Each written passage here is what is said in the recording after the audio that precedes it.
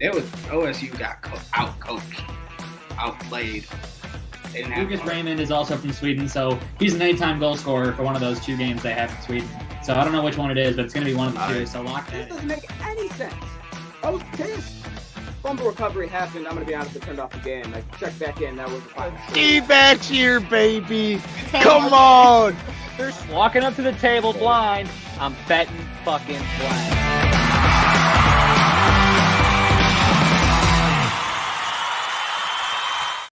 Welcome back to Sharps Sports Network. The boys are back on another Wednesday evening to hit you with the UFC 300 recap, picks for basketball, picks for hockey, as well as some MLB in between. We also have news for basketball and hockey as well, but we got all 4 of the fellas here to recap what was an amazing UFC 300, because that is how we are starting today.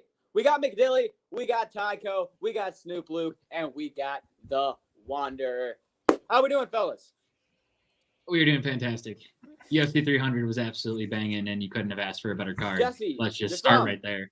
Did you also have a fight at UFC 300? No, I wish. This is injuries that, like, I don't know how it happened, but at work, I guess I've been using too much of my wrist to flip 20-pound things of fries all day, and now Look at that wrist. No, you're just flicking your bean too much. I can't do it without my hand hurting, so right. When did this occur? Fucking 2 days ago. I can't move it a certain way, so I was like, hey, don't you got one of those things? I did tell you can't flick your bean that much. Yeah, I know, but I just love bean flicking. Can't blame the guy. You can't blame a guy that loves bean flicking. I mean, at least you have another set of hands on duty, so you're not, lost cause over there. Yeah. I do have to say, as far as this pay-per-view goes, not to gas me up too much, but 10-2 is a pretty good spot to be in. Yeah, when we that cover too is 12 fights. It's pretty good. It's okay. It's pretty It's good. better. Yeah, It's all right. Not bad. What do you call it? We'll kick it back off with the prelims. Luke, I'll let you do the main card. I'll just go through the prelims quickly because a lot of what I said about the fights honestly happened, so I could just do a lot of that. Divison Figueiredo against Cody Garbrandt. We talked about it was the Cody Garbrandt. Damn, dude. Garbrandt. Just try to be. I like to just say Cody. We knew that Cody was going to come in and there was a chance of the one-punch knockout power, and that would have been, his only chance of getting this victory here, or Figueiredo would dominate him eventually with the submission. That was what happened. Method of victory was submission in round 2, and it's pretty much exactly how you expected it to go. Yeah. I mean, everyone thought Cody was going to come back, do something big, but Figgy had other plans. Yeah, he really did. And then we had the grizzled war veterans, as I like to call them, Bobby Green and Jim Miller stepping into there, absolutely slugging it out. Bobby Green got the victory, but Jim Miller was the one who walked out with more of the storyline because Jim Miller suffered a broken hand in the first round. He broke his toe in the second round and had to receive 23 stitches after the fight due to the gnarly cut under his eye.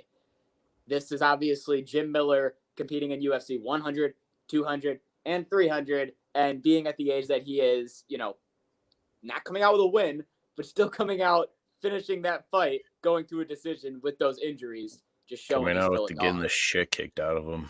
Yeah. So I guess he showed, he's still a grizzled old war vet.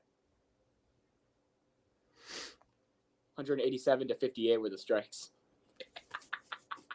Yeah. Sorry, that was bad. Just had to point that out. It was bad. Next one, that was another pretty predictable fight here.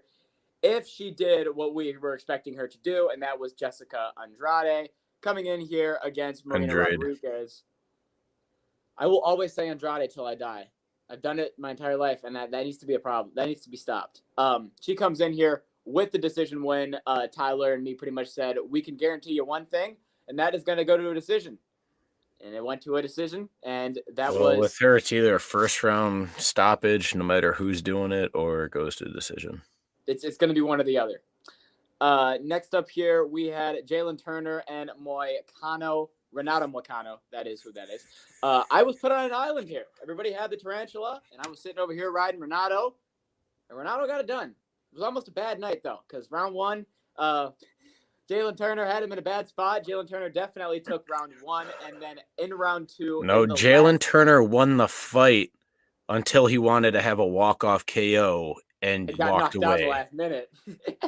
Because bro was done. All he had to do was go throw some follow-up punches, and it was over. But he tried to have a walk-off KO and then allowed him to get up. And then the round ended. I mean, I don't know if I'd say that, because in round two, the strikes were 62-5. I don't think Turner was winning round two. But that's just me. You just didn't even hear what I said. No, you said he was winning the fight. He won the fight until he wanted to have a walk-off KO. Okay. So the fight was going to stop if he jumped on top and threw some follow-up punches. But instead he turned away for a walk-off KO, which allowed him to get back up, and then the round ended shortly after and allowed him to recover even more. Yes. So why didn't Turner just go down and start punching him? I knew he wanted the walk-off KO. Cool. But why didn't you get the win? You could have got your bonus that way. You fucking go down, bang, bang, bang. He's knocked out. There you go. I literally, because he wanted, no, I couldn't tell you why he decided to do it, but you thought he had a walk-off KO instead of securing the win. So he turned around and put his arm up like he knocked him out cold. Oh, silly Turner. Now we have Sadiq Youssef versus Diego Lopez. This guy has quickly been taking the UFC by storm, and he came in here and made very short work of Sadiq. It's got to be Sadiq, right? It's got to be. Round one. Let's just call him you. Or Suff. Round one, a minute 30 into the fight. Well, he knocked him down pretty good. He did what Turner was trying to do. He knocked him down pretty good. Bro got up, and then he got his, flashy uppercut. Put Youssef back down, and then Diego Lopez won by knockout. All right, let's talk about this one. We got the man beast, Kayla Harrison, going up against another old war veteran dog, grizzled, whatever, Holly Holm. I'd like to jump in here and say real quick that I knew who Holly Holm was when we were talking about this fight. Uh-huh. I didn't know who Kayla Harrison was. Okay. Yeah. So when they were coming out and I saw what Kayla Harrison looked like, I thought, oh, Holly Holm's gonna die. I didn't understand why the odds were what they were until I saw that she was built like a robot. Well, Holly Holm was doing good until she wanted to try and take Kayla to the ground, which I don't know why she thought to do that. I don't know. What's up with these fighters thinking they can do stuff like they can out wrestle the wrestler. Once they think they can do something that they shouldn't be doing in the fight, it's like, oh, and there goes my whole opportunity. I'm gonna knock out the KO artist. I'm gonna out wrestle the best wrestler. Like, no, fight your fucking game against their game. Fight your fight. Don't fight her fight.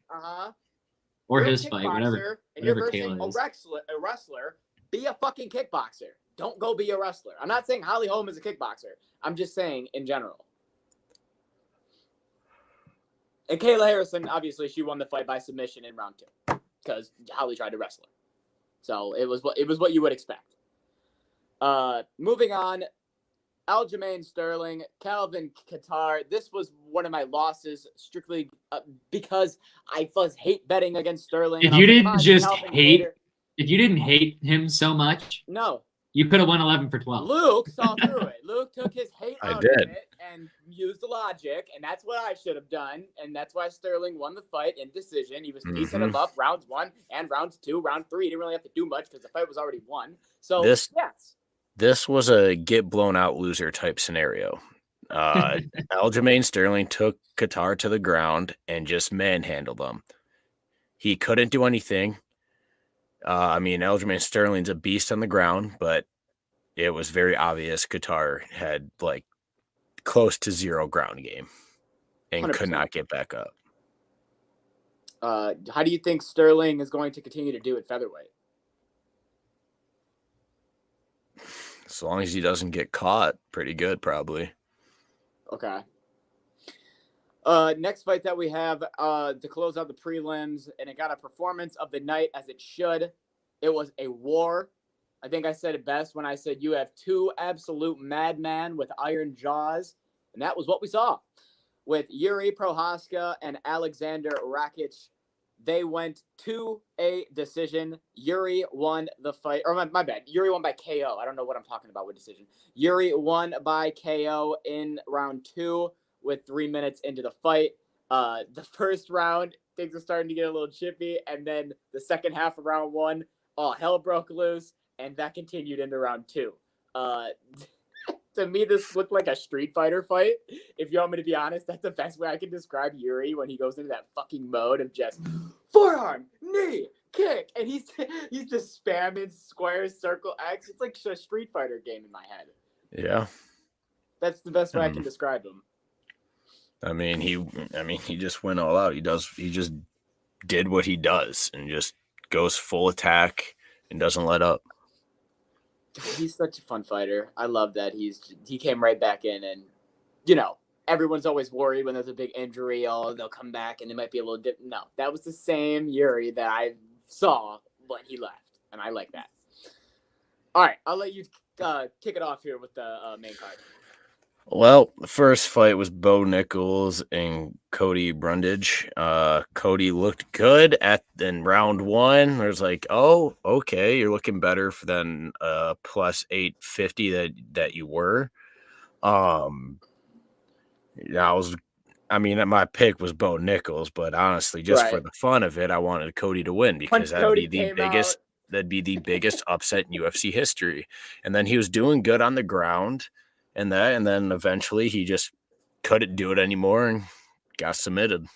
Yeah, halfway through the round. Even Bo was pissed off with how bad his performance was, and he was like, "Oh, I didn't do good, this and that." Dana White, we found out afterwards, told him, "Hey, I just want to let you know, man, if you think that was a bad fight, you're crazy. We signed you as one of the best fighters. You are one of the best fighters. Don't get in your own head, yada yada."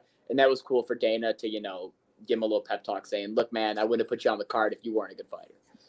Well, he shouldn't have been on the main card. We know what we think as fans. I know. We know what we think as fans. I don't know what business a minus 1450 against a plus 850 is doing on the main card for UFC 300.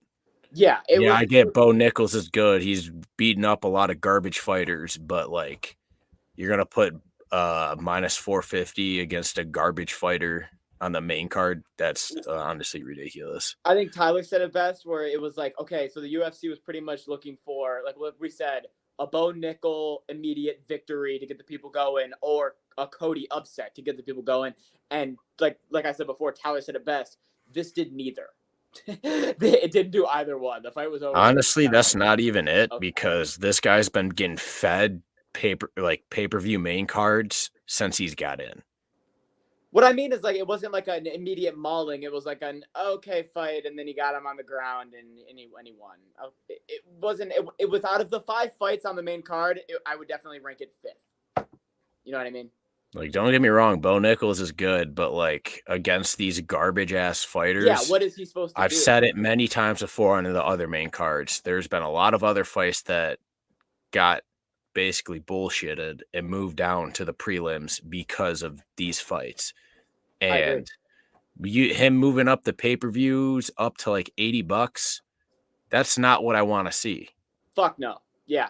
That's something I'd rather see for free, because we already know the outcome of the fight before it even starts. You put that on a fight night, not on the UFC 300. Agree. It's either that or give him an actual real opponent. Right. Yes. All right, we can get into the next fight. And I do want to start off by saying this. I know a lot of people are going to expect me to be all upset, this and that.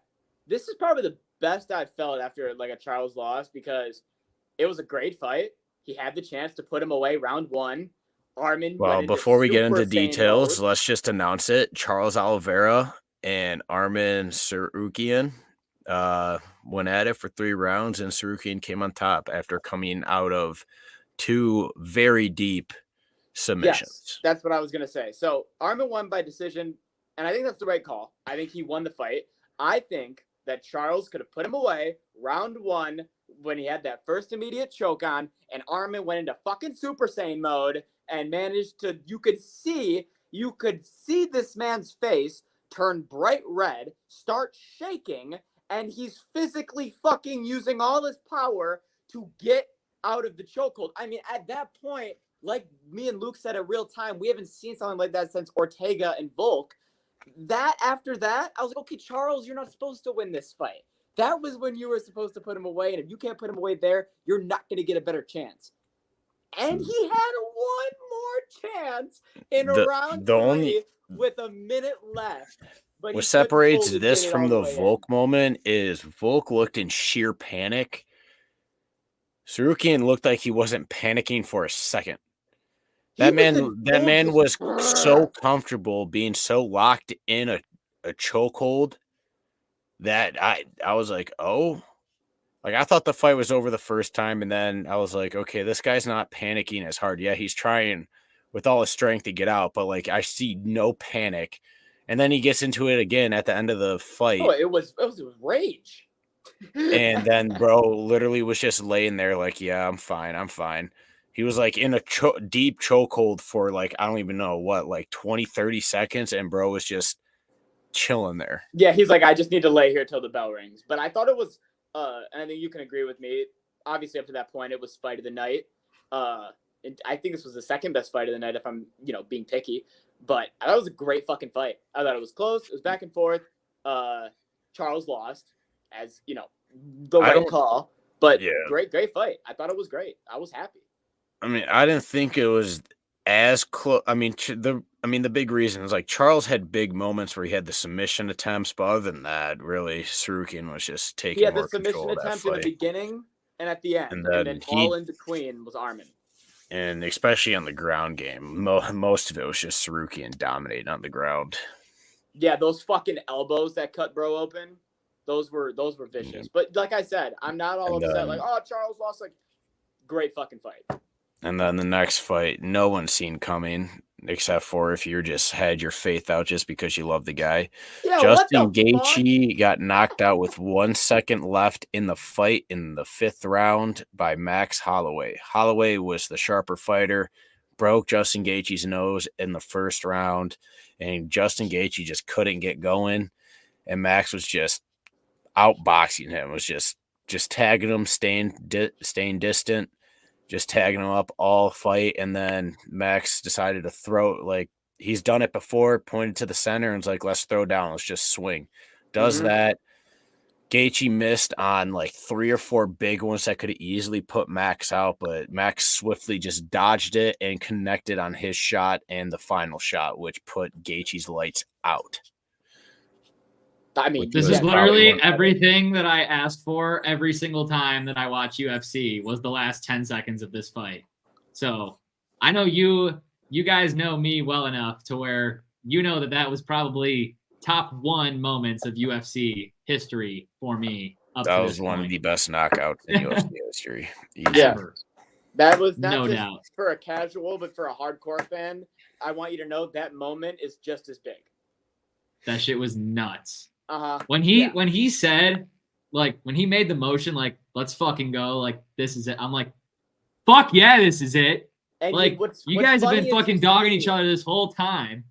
Please do this. All the videos of the people that were there, whether it's Tapora or Adesanya or the fighters in the crowd, and all the reactions are, you got Izzy going, you don't do that. That's why you don't play this game. And then you got Tapora going, you never do this, man. They're all going, that's like the one thing you don't when the fighter does this, you don't do that. And it's funny that they're all saying that to each other after what transpired. So well, I mean, they were in the moment so hard. You have to fucking do it. Plus he needed the win. Like if the guy losing like says that shit, probably doesn't happen. But when the guy that's been winning the fucking fight up to this point says that, the guy that fucking been losing is gonna go after it, like, no doubt. Yeah. Gaethje needed the knockout. Big reason why he did that. And 2, it was for the BMF belt. And they even said before, like they're gonna go at it. They've known each other for a long time, and even Max doing that with Gaethje is extremely dangerous because Gaethje can throw heavy shots. 100%. And yeah, I mean that's just fucking Max electric. connected. Max has done it before, but no one got knocked out, but he still was the better fighter. It was the moment where he got all hyped up because he was winning the fight, just didn't get the knockout when he did it. And he was like, I'm the best boxer in the world. And I was like, God damn. Max Holloway made $600,000 fucking dollars because he got a $300,000 fight of the night bonus and a $300,000 performance of the night bonus. So it's probably the last 5 fights. I haven't really, been the Max Holloway you guys know and love, but I'm gonna come out here, get one of the best knockouts you've ever seen, and make $600,000. So, and I'm the BMF champ. Pretty good day for Max. Well, then the co-main, Weili Zhang and Yan Xiaonan. I actually want to talk about this fight because I was watching this as I was driving home, and I almost crashed. Not because of the red truck that was in front of you, Luke, but Yeah, that dude was drunk out of his mind. But because of what Going was like happening 10 under the fight. speed limit, can't stay in a straight line for longer than 3 seconds. Just line. And then I'm like, okay, here comes my turn. It's Just your right please go turn. straight. He turns. I'm like, oh my God, now I got to sit behind him for even longer. I almost got to the point where I passed him, but then it was coming around turn. So it's like, you can't really trust that shit when it's turning to pass. So, and then he finally turned away and I just gunned it. But anyways, back to the fight. The reason why I said that is because in round 1 of the fight, Zhang Weili had Yan in a chokehold that when the buzzer hit, she released the chokehold. Yan got up. Yan immediately stumbled back down, gets into her corner, and they're trying to wake her up. She was knocked the fuck out. If she had 5 more seconds in that round, she was going to be asleep. Yeah, I heard that. I don't know if it's true. I know what you're gonna say. I didn't see any videos, but I've heard that her team illegally used smelling salts to get her back, to like wake her back up. DC apparently saw it, said something about it, and then Joe Rogan was like, you better not have. You're not allowed to do that. And then what's his name? The other guy? The third guy? Was it Joe Anik? Yeah. He immediately was like, anyways, back to the fight, and like immediately changed the conversation and was like off of that. But I did hear that as well. Yeah. And it didn't help her much because she just got mauled the rest of the fight. No, she came back in and she had a couple moments where it was like, oh, she might, but no, for the most part. A couple moments in a 5-round fight isn't much. Round 2, I don't know how the fuck Zhang didn't knock her out with the on the ground, the 1-2-1-2. And the problem is, after that point, when you hit round 3, you were getting a decision because Weili used all her energy on that round 1 and round 2 knockout. So she pretty much just played the. Well, because Weili is an animal, and she is one of the best women's fighters, in my opinion, because she is a tank. She throws bombs. She keeps a high tempo. Like, their total strikes 256 to 73. And she connected on 78.3% of them. That'll show you right there. Because she threw 320. She threw 327. Yes, sir. And she retains. And now we got to talk about this main event. And now the main event, Alex Pereira against Jamal Hill. Pereira caught Hill with a sneaky uppercut to win 3 minutes into round 1. God damn, that I hate how good of a clip that is of him just kicking him right in the cup. Herb, you heard the cup shot. I'm fine. Hold up. Let me cook. Bang. I mean, I was over here like, holy shit. That was some real life fucking anime shit.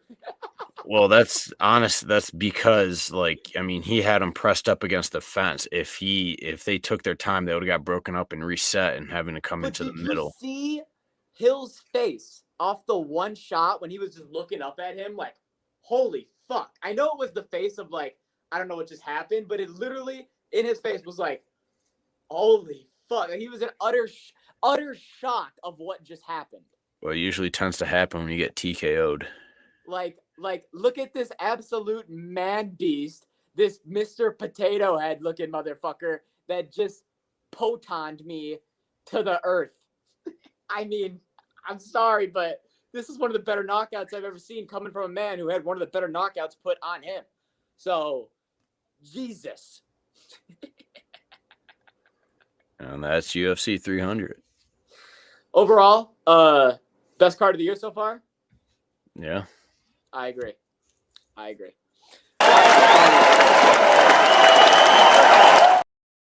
And with that, we will move into MLB.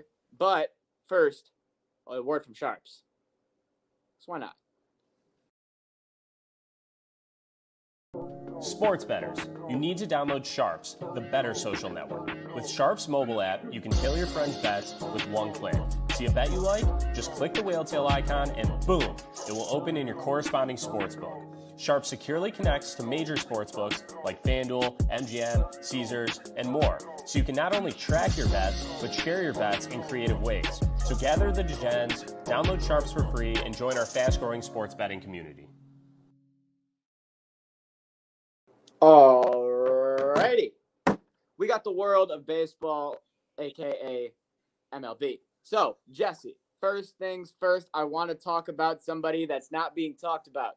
The MLB released their American League and National League Cy Young rankings for the first time this year. Some people say it's too early, this and that. But something that I want to point out is not anybody that was on that list, but somebody that was left off of that top 5 list, preferably the National League. There's a man whose name is Shota Imugana. You've probably heard of him. Pretty fucking good player out of Japan. He has pitched in a total of 4 games for the Chicago Cubs. He's given up 0 runs. He's got a 0.00 ERA through his first 4 MLB starts.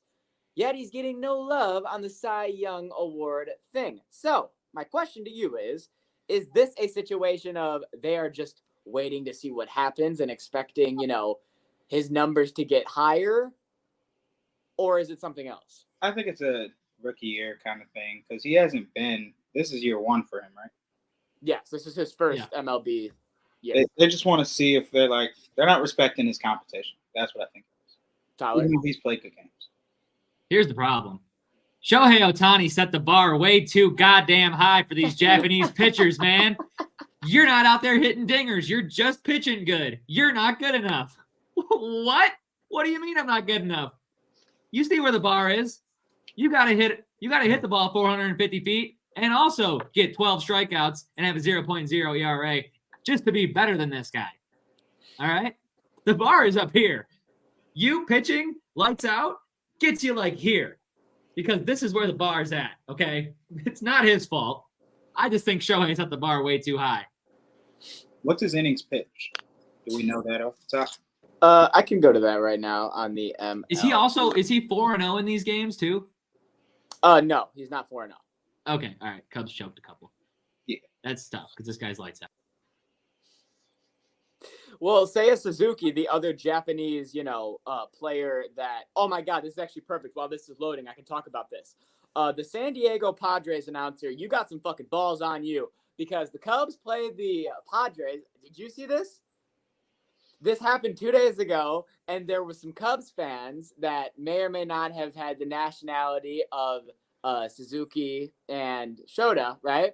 There was 3 or 4 of them sitting on the dugout, and he goes, "Oh, look at that. We got some Cubs fans over there." Well, I shouldn't say Cubs fans. We got some Suzuki fans. And, people on Twitter felt some type of way about that because I don't know why the fuck you would say that. He didn't have to say it. He didn't. No, he didn't. But he did, and he said it, and he said it proudly too. God damn it! We're gonna need MLB to say for anybody who has anything to say about our Padres commentator. That was Suzuki's family. He has a total of 20.1 innings pitched, so he's averaging 5 innings per game. 16 strikeouts, and he's 2-0.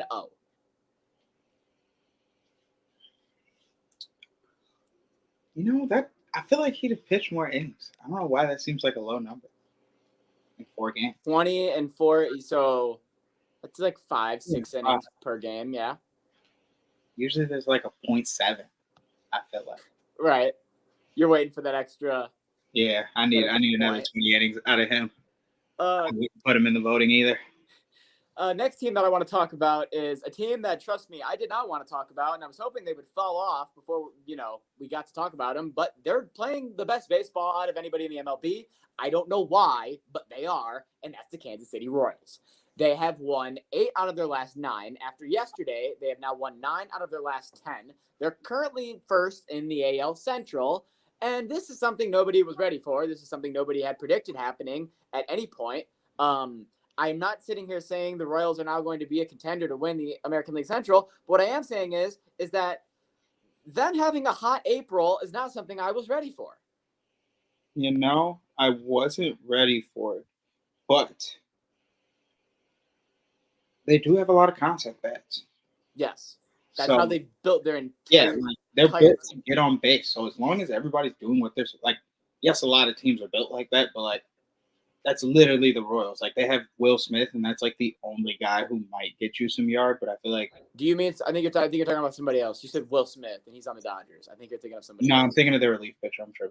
Okay. I was gonna say I think you're thinking of somebody else. As far as the bats go, right now their best 3 bats have been Velasquez, Bobby Witt, and Salvi. The old guy. Yeah, Bobby Witt's a great short. But so the Royals are now one of the best teams in the league right now, and the only question is this going to be something that stays, or is this going to be something that dies off? I think this is going to be one of those hot starts and then dies off, similar to Pittsburgh last year, and honestly Pittsburgh this year. But we'll see where that goes. I don't really. I just have to say that. What's up?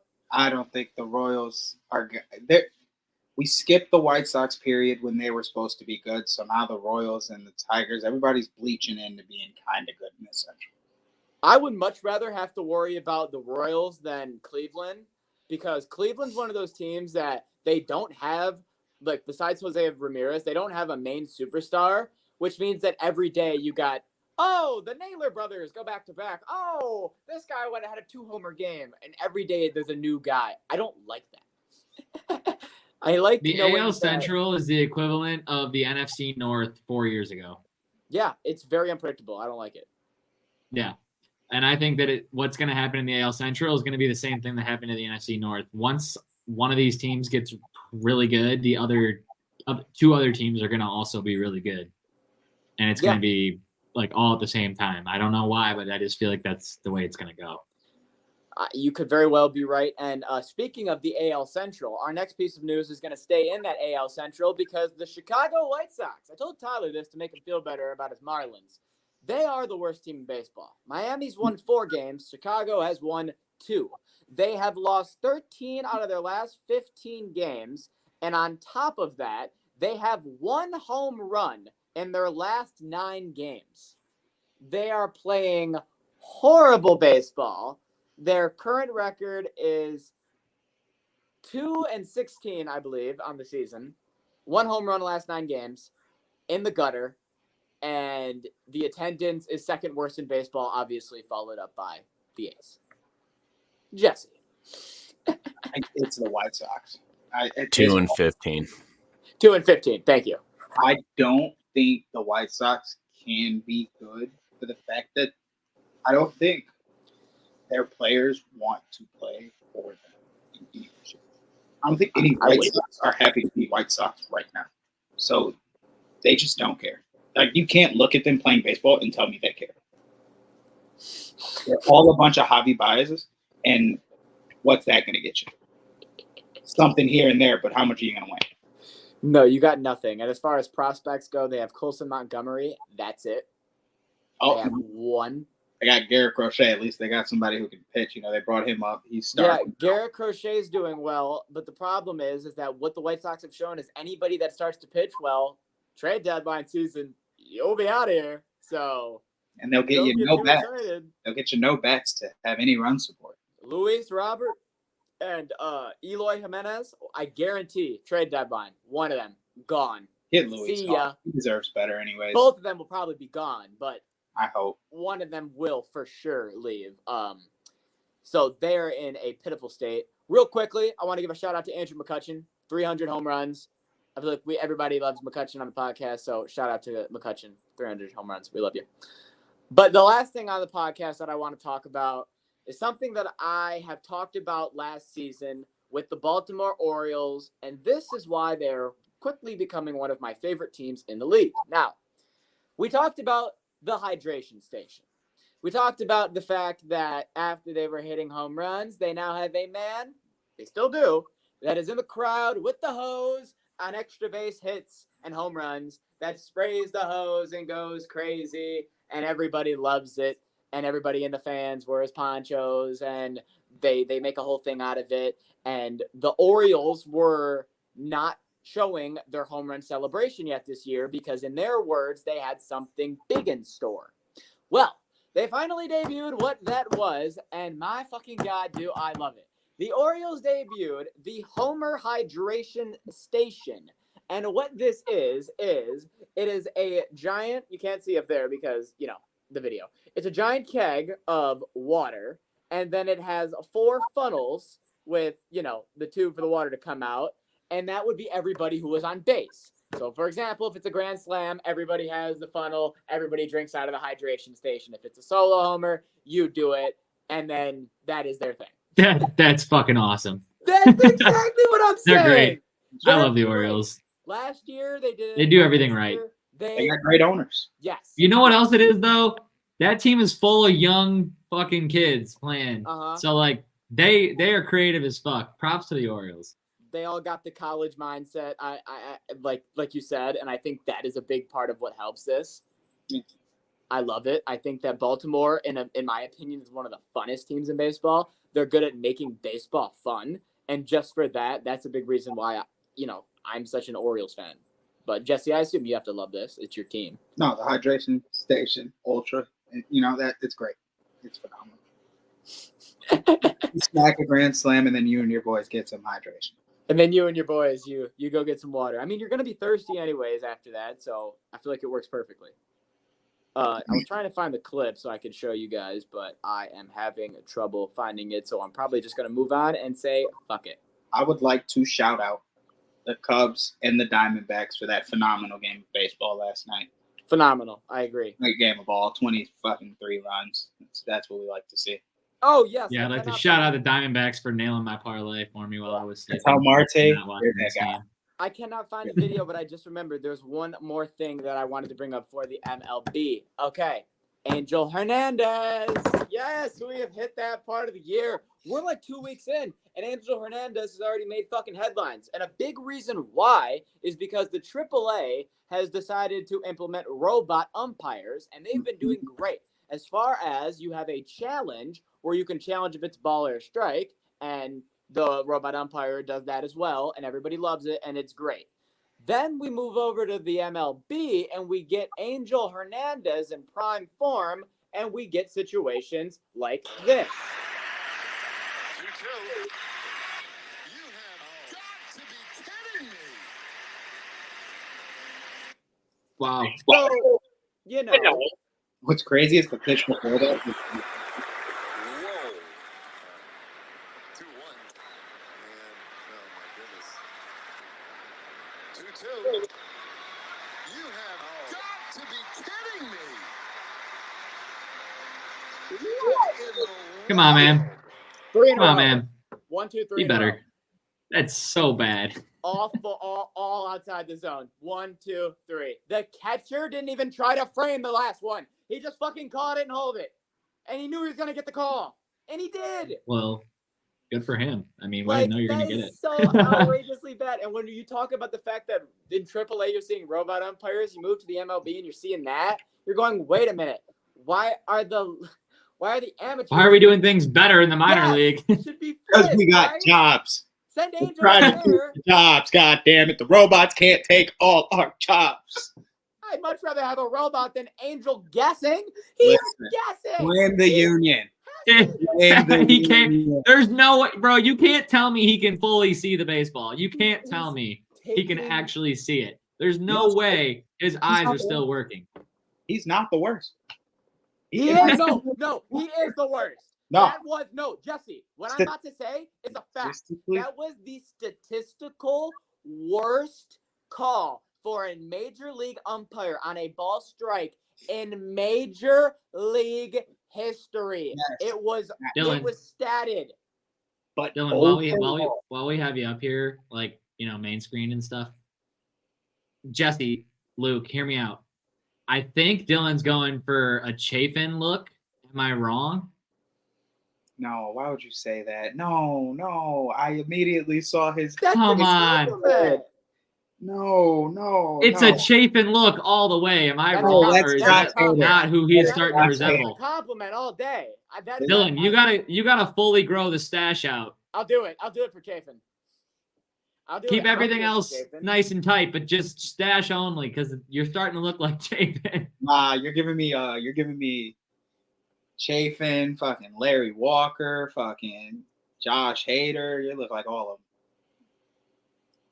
All right, now I gotta grow out the Chafin stash. that's gotta happen. Here we go. You got me. I just had to bring it up. I thought about it right before we started the podcast, and I'm like, I'm just gonna wait till baseball to bring this up. But like, you're starting to give Chafin vibes, like. That's a compliment, and I'll take that. Might have to get you a Chafin jersey. But with that, we got some hoops, we got some basketball, so let's move into that. Yeah, let's start with basketball. All right, I'm starting basketball off today. Go ahead. Because what the actual fuck, man? We have a lifetime ban in the NBA for gambling. This motherfucker was investigated. I know you guys have heard about it. You know, he's been getting investigated for a little while, and everyone's like, well, you know, what did he do?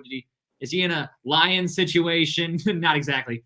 Investigation shows that on 13 NBA bets that Porter made, the total payout was $76,059, resulting in net winnings of $21,965.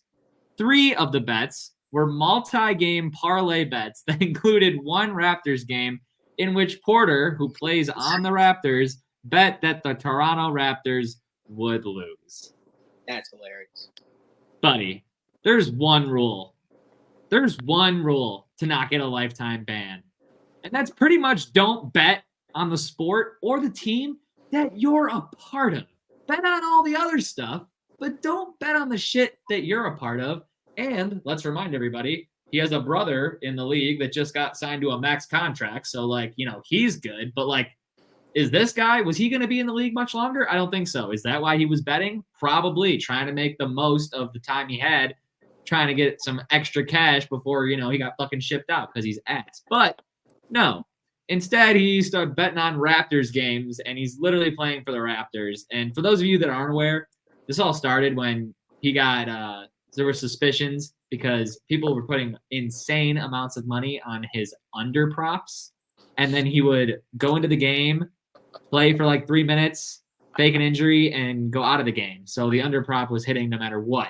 And so that's how they figured him out, because he was doing that shit. But now they find out he's betting on Raptors games. What do you guys think?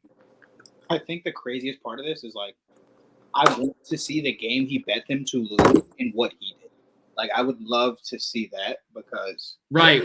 Please, someone needs to find out what game that was so we can look up his stat line. You're like, yeah, we taking this L. Did he sell? Did he have 3 turnovers in crunch time? Like, what did he do that game? What do you think, Dylan? You know how much of a sorry-ass player you have to be on a sorry-ass organization to go out of your way, risk it all for you to bet on your team to lose and for your unders to hit. You're so fucking bad. And you know that everything is so bad that you're like, might as well make a little money off of how bad I and we are. Oh, that is so funny to me. I've never seen somebody just be so down bad that they've just accepted it and said, let's make some money off our situation. I respect it. fucked up his life and his career. But I respect that he was able to make a buck off a situation where he was becoming one of the biggest memes in the NBA. You know, he's a bigger meme now, but he's got money. How much? Probably not enough. That shit gonna get confiscated. Probably not enough after all this, but you know, his brother got that max contract, so let's see how good of a brother he is. Hey, you know what the best part is now? The best part is he can gamble on all the NBA games that he wants because he can't fucking play in the NBA anymore. Yeah. So now he can just become a gambler. Maybe we'll have him on the podcast. We'll see. All right, next thing we have is Team USA has officially finalized its Olympic roster. You ready? Here it is. Steph Curry, LeBron James, Kevin Durant, Jason Tatum, Joel Embiid, Anthony Davis, Devin Booker, Tyrese Halliburton, Anthony Edwards, Drew Holiday, Bam Adebayo, and the last member who was confirmed today, Kawhi Leonard. What? No. Everything was fine until you said Kawhi. I can't trust he'll be healthy then.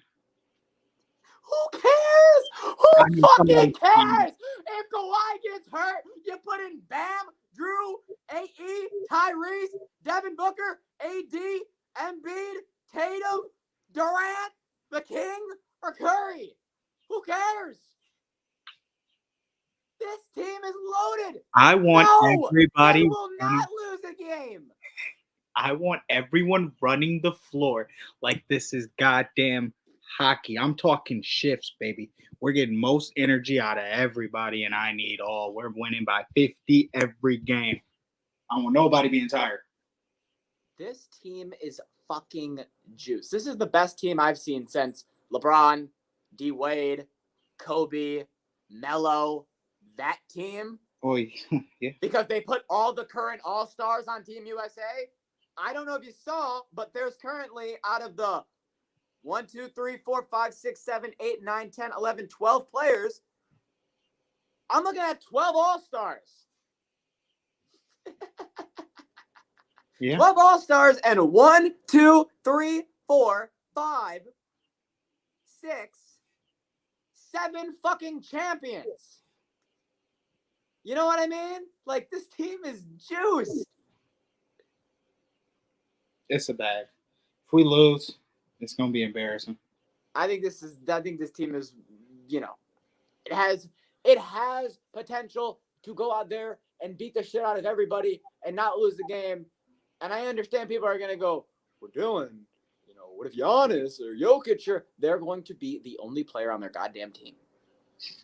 We have 12 fucking superstars. There's no reason this team should not go out there and win every game. That's what we say now. That is what we say now. And this is not a situation of last year or last time we had this team where we threw out Donovan Mitchell and Jalen Brunson and said, let's go see if they can win it all. And that was it. That was it. It was those two, and I think it was Bam. Yeah, we got the dogs out. Now we've literally just said, hey, LeBron, KD, Curry. Yeah, we're winning it all because LeBron wanted to run it back one last time. LeBron was the man who got everybody He together. did this. LeBron he's been doing this his whole career. When he makes the call, everybody fucking comes like the goddamn Avengers. That's exactly what he did. Exactly. And then they're gonna win the whole thing. No doubt. That's exactly what he did. Next thing before we move out of here, we have the NBA play-in officially started yesterday. So you know that means from here on out, we will be talking about some NBA basketball. You want to talk about the worst catch-22 of my life? Let's talk about it. The Lakers beat the Pelicans. LeBron dropped 23 points, 9 rebounds, 9 assists, went fucking crazy. And him and AD had a total of 6 total blocks, right? I'm on top of the world. Let's go, Lakers. Hey, Jake, who do we play? Oh, you got to play the fucking Nuggets now. Hey, You know, whoa. The same team that you played in the Western Conference Finals last year that swept you. That's okay. No, it's not. I would have taken the Timberwolves. I would have taken OKC. I do not want Jokic round 1. Listen, they said on ESPN they had a conversation like Bron should lose the play-in game so that he could avoid the Nuggets. It's fucking Bron. Why is he gonna try and avoid anybody? He can be old. The team can be where it's at. At the end of the day, we're gonna sit here and act like there's no way the Lakers can win. No, that's not what I'm saying. I'm saying that I much rather have had a situation where let a series play out or two, and Jokic gets hurt or something, and then you have a situation where you have the upper hand. You know what I mean? No. I'm just saying. You're being a Weenie Hut Jr. Call me what you want. Are the right I want to be a winner. Can I be a winner, Hut Jr.? No. Winners go through tough challenges. Okay? LeBron's been through enough, damn it. No. He's been to 11 finals. We're going to play he's been through lost enough. 7 of them, God damn it. He's been through enough. If Grandpa wants to keep playing, Grandpa gets treated like everybody else. Don't matter. Grandpa needs D-Lo to do what he did last game every fucking game because that was insane. He's going to need Anthony Davis to match Jokic. Anthony Davis ain't going to be able to match Jokic unless he gets fucking hurt. Anthony Davis will give you a quarter and a half of good basketball, and then he's going to feel a pain somewhere, like in his leg or his arm, and he's going to be out for the game. But I digress. We have another thing I want to talk about really quick. Pelicans aren't eliminated, by the way. They're not right. The Sacramento Kings did, however, get an elimination, and we will talk about one man that played a pretty big part in that. Now, the win was 118-94 for the Kings to beat the Warriors and for the Warriors to get eliminated. Klay Thompson shot 0 for 6 behind the line on threes. He shot 0 for 10 behind the line on field goals, and this, for most basketball fans, realize this is probably the end of the era because Draymond, Klay, and Curry will no longer be together. So, I know Tyler's going to have something he wants to say, so before he goes, Jesse, your thoughts. Klay Thompson has been a liability all season. This team played bad basketball. Murray came out of nowhere, had a really good game to help out Sabonis and Fox. And Warriors. Well, we talked about they were heating up. 9 out of the last 10. Yeah. They were starting to get hot. Yeah, and then Klay does this. Tyler? Yeah, but even Wiggins. What the fuck happened? 4-11. Look, man. It got warm too fast. Klay's a boat guy. All right? He don't give a fuck about basketball when it's boat season. And it's fucking boat season. So you know what Klay wants to do? Klay wants to go on the boat. So you know what Klay did? Klay fucking sold the bag. It's disappointing, okay? But that's the truth. He's getting old. He only cares about boats now. And that's about it. He was mid all year, and then he started cooking a little bit, and we gave him some credit, and then he fucking fumbled the bag when it mattered. It's typical Klay that when it seems to be this year. So, it's disappointing, but big boat guy. Do you think it's the end of the Klay Curry? 100%. Yeah, it has to be. Yeah. You keep Curry. You try to win with some other new people. If that doesn't work, whatever, and then you start over. Get Klay the hell out of there. Klay is a bum now. He has no more life left in him since that injury. He had that one game that it was like, oh my God, look at Klay. He's back. And never again did he do anything like that. I think the memes of Klay leaving and Draymond staying would make me would be everything for me, of just the Draymond being like, Klay, get out of here. You got the new number 2, and that's me and Curry. Come on now. Everybody knows what it was. Everybody knows how we got those rings. Was it because you shot 0 for 10? Okay. This man Klay played 32 minutes for what? Dre's going to go on his podcast, and he's going to be like, look, I tried to tell y'all. The Splash Brothers was the Trash Brothers, and it wasn't because of Curry. I'm fucking here for it, dude. I'm sorry. I'm here for all of it. He is not going to shit talk Klay. Yes, he is. I don't think so. Bro, what's going to be fucked up is when Klay starts a podcast called The Splash Brothers, and it's him and another dude talking about fucking boats. With that. Today on The Splash Brothers, look at the motor we put on this bad boy. We're going to rip it around the water today. I would get That so boy Clay fucking pissed. Thompson's gonna be like, and today we got Phil Swift. He's gonna saw this fucking boat in half, and we're going out on the water. We got. Oh, can you believe that shit? Disclaimer. Fucking 15 coats of Flex Seal used to seal the boat. All right, we're moving on. We are moving on. Picks. More picks. Sports bettors, you need to download Sharps, the better social network. With Sharps mobile app, you can tail your friends' bets with one click. See a bet you like? Just click the whale tail icon and boom, it will open in your corresponding sportsbook. Sharps securely connects to major sportsbooks like FanDuel, MGM, Caesars, and more, so you can not only track your bets, but share your bets in creative ways. So gather the degens, download Sharps for free, and join our fast-growing sports betting community. All right, ladies and gentlemen, before we dive in, those of you that are following the fucking Nerfy train, hop on. Nerfy Nation picks. As of last time, Atlanta and Houston hit. Angels and Tampa hit. Kansas City and Chicago got postponed, but we go 2-0 on the day. 8-game streak, 33-10 on the year. And tonight's pick, Cleveland at Boston. You can still snag that right now. You still got some time. Game starts soon, though, so if you're going to grab that, go run and grab that right now. Now we will get into the Puck Luck and Downtown Cash picks.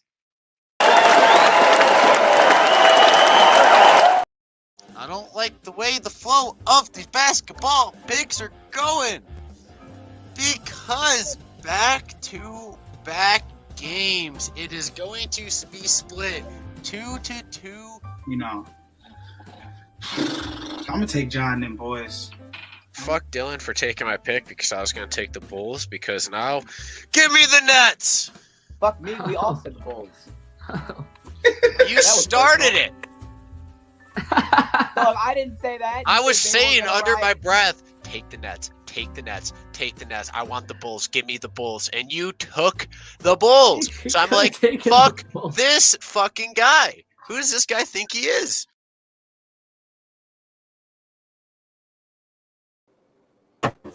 All right, so the picks are here. We got playoff picks. This is the last pick before, obviously, next pod we'll do series. But this is the first, we got 3 playing games. So, first game, we have Miami versus Philly taking place right fucking now. We got the Heat and the 76ers. 76ers minus 5.5 points in this playing game. Over under 208 points. I'm gonna take that Philly minus 5.5. Embiid is playing, just so you know. Everyone's playing. Luke?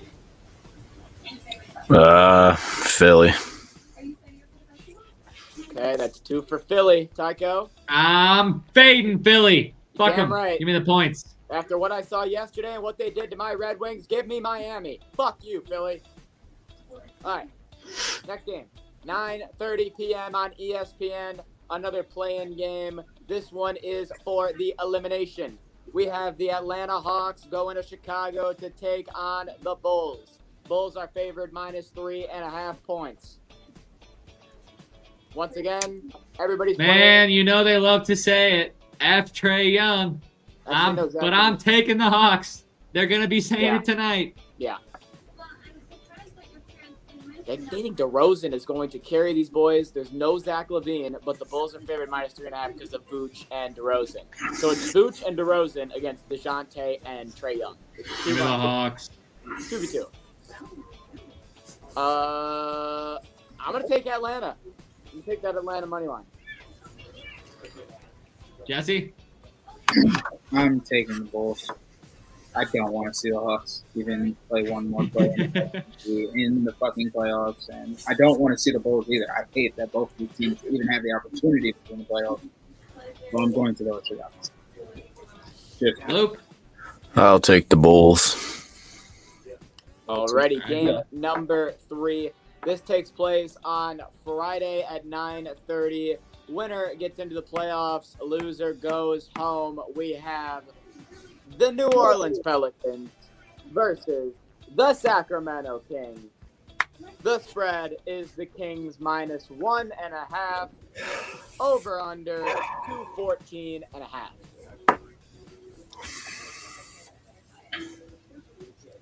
Jesse. To Jesse. I am definitely taking the Kings -1.5. I don't think the Pelicans are going to be able to run with them.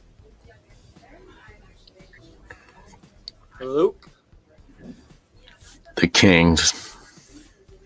Okay, that's 2 for the I Kings. am also riding the Kings. It's 3 for the Kings, and we're going to make that a Kings sweep. Sorry, New Orleans. It's not personal. We just watch one team blow out one team, and you guys lose to another. So, take the Kings on Just the is what it is. And that is Downtown Cash play-in picks. I think that, you want me to be completely honest? Last time Between the legs. 13-57 in the third. Speaking of Connor, that's capital. Get to the garbage so much. Speak on the top of my brothers' blood. None of these niggas can trust. We cannot question, you know what it was. Yo, what you doing for us? You get this back 'cause I'm putting in work. Like I speak fluent in Russian. Did you catch that?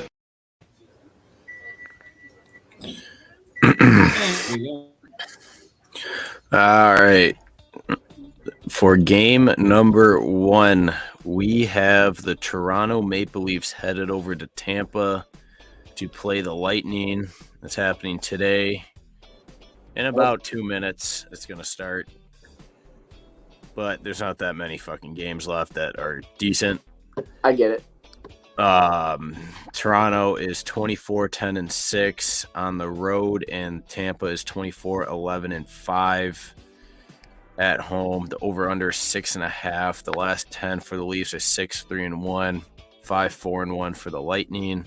The Leafs do lead the series 2-1, and the looks like everyone for the Leafs. No, the Leafs aren't really sitting anybody. Looks like the Lightning is sitting Vasilevsky. Alrighty, so we got Toronto, we got Tampa, 2 fucking good ass teams. I will take Toronto. I don't know why. I'm gonna take Toronto. I'm going to take the Bay Area, the Lightning. I am also going to ride the Lightning. Yeah, I'm riding the Lightning. I'm almost tempted to throw on the over since they don't even have their backup playing. I'm pretty sure this guy who's playing this might be his debut. But I still believe in the Bulls to get the dub. I think nothing like a debut before That's that. good. I really hope that you have the game that I think you have on here, considering it's the last game at their, arena. Oh my God. Yeah. I don't. For a Yo pick? I was actually hoping he had a Yote pick. I'm going to be honest. I don't, because I try to do something special for the end of the season. Because this is the last game. Well, technically, both these are, the first one and this one. The last game of the Eastern Conference teams for regular season. The Pittsburgh Penguins are headed over to New York to play the Islanders. It's happening now. The Penguins are 15-7-8 on the road, and the Islanders are 20-10-10. The over/under is 6. 7-1-2 for the Penguins, 8-1-1 for the Islanders for the last 10. The Pens are up 2-1, and the Islanders. Darn, I lost it, but they're sitting, I think, their top line and maybe like 1 or 2 more. That's an eye. Yes, okay. Jesse's got the Islanders. I'm going to ride the Islanders as well. Luke? I will be taking the Islanders. I just still think they can get it done with that home juice because they're going to want to go into playoffs with that momentum. Put me on the island. Fade the All right. Islanders. Wow. Game number 3. I was going to do a different one, but then I also realized this is the last game of the Western Conference in regular season and also the last game in general for the regular season. I will allow the spread to be picked in this game. We have the Chicago Blackhawks going to LA to play the Kings tomorrow at 10:30 p.m. The Hawks are out amazingly 7-32-1 on the road. The Kings are 21-12-7 at home. The over/under is 6, 3-7, and for the Blackhawks and 5-5 for the Kings in the last 10. The Kings have won both the matchups, and obviously this is the last matchup. And yeah, I don't know if they're gonna sit people because they can still move up in the rankings depending on the Vegas game. They ain't gonna move nowhere. I'll tell you exactly what's gonna happen. I don't know fucking why, but I got a weird feeling in my balls. Connor Bedard is gonna score a hat trick, and the Chicago Blackhawks are gonna win. This game means nothing. It's the last game of the year, and it's gonna be a cool storyline to make everyone happy. That's just what I got. Well, with that being said, I am taking the LA Kings. That's boring. Jesse? Predictable. I had to fade you all 3 times. But man, I'm taking the Kings -3. Boring. Predictable. Next. Wait, you said what? Taking the -2? Kings You minus. said the Kings -3. I'll blow want out. Boring. Wilson. Predictable. You want -3 or 2.5? I want. -3. I said what I said. I like my plus here. All right, I'm just making sure. Win by 4 goals. Yes, that is exactly what I'm saying. Don't even want the half. Well, I was gonna take the Kings -1.5. Weenie Hud Jr. I mean, I understand that the Kings have won by 4 goals every game they've played, but they might decide throughout this game to limit some of their top players depending on the Knights, because if the Knights beat the Ducks, they cannot move up past the Knights. And then Bedard scores a hat trick, and then the Blackhawks win. Nashville 5-1. St. Louis 5-2. Minnesota 4-0. I just feel like. Well, if the Knights lose, they might just not even. They're not going to rest anybody throughout the game, because that's to determine whether or not. That's to determine whether or not whether they play Vancouver or Dallas in playoffs. I'm gonna eat you, Fuller. Says, don't forget, Dylan, we have our last rivalry game tomorrow as well. I understand. Let's go. Yeah, that was the game I was going to pick, but then I was like, well, I can't not do the last game of the entire regular season. I just got a notification that the Blackhawks and the Blues will officially face off at Wrigley Field on New Year's Day, 2024.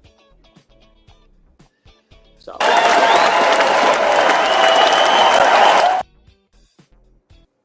we got hockey on New Year's. Sick. I'm ready for it, Fuller. I'm going to eat you. Sick. That is the podcast. We appreciate you guys for watching. The next time that we will be live should be this Saturday at the usual 11 o'clock. If you want to check us out on the socials, that is Sharps Network. Sharps with a Z, Network, like network. That is going to be on X, Twitter, on Instagram, on YouTube, on Twitch, on all the socials. Make sure you follow us. Make sure you like the content. Make sure you hit the bell for notifications, so every time that we do go live, you can get that notification. You can come join us. You can come hang out with us. If you want to check us out, like I just said, those are the socials. Next time we'll be live will be Saturday. We'll hit you with all that you need for the picks. We got full NBA basketball coming in, NHL hockey, playoff season coming for that too. So make sure you guys tune in Saturday. All 4 of the boys should be here. That's all. Have a good one. I'm Nick Dilly. I'll see you next time. Peace!